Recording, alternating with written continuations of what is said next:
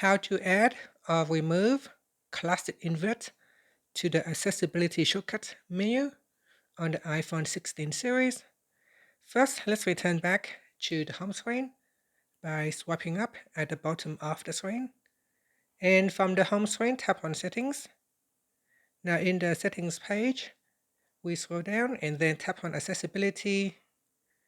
After that, we go down, and in here, we tap on Accessibility Shortcut.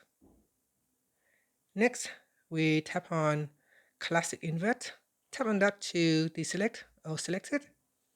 And here, if I open up my accessibility shortcut menu by double click on the sub button, and here you can see it shows Classic Invert. And if I remove it, it will remove Classic Invert from the menu. And that's it. Thank you for watching this video. Please like and subscribe to my channel for more videos.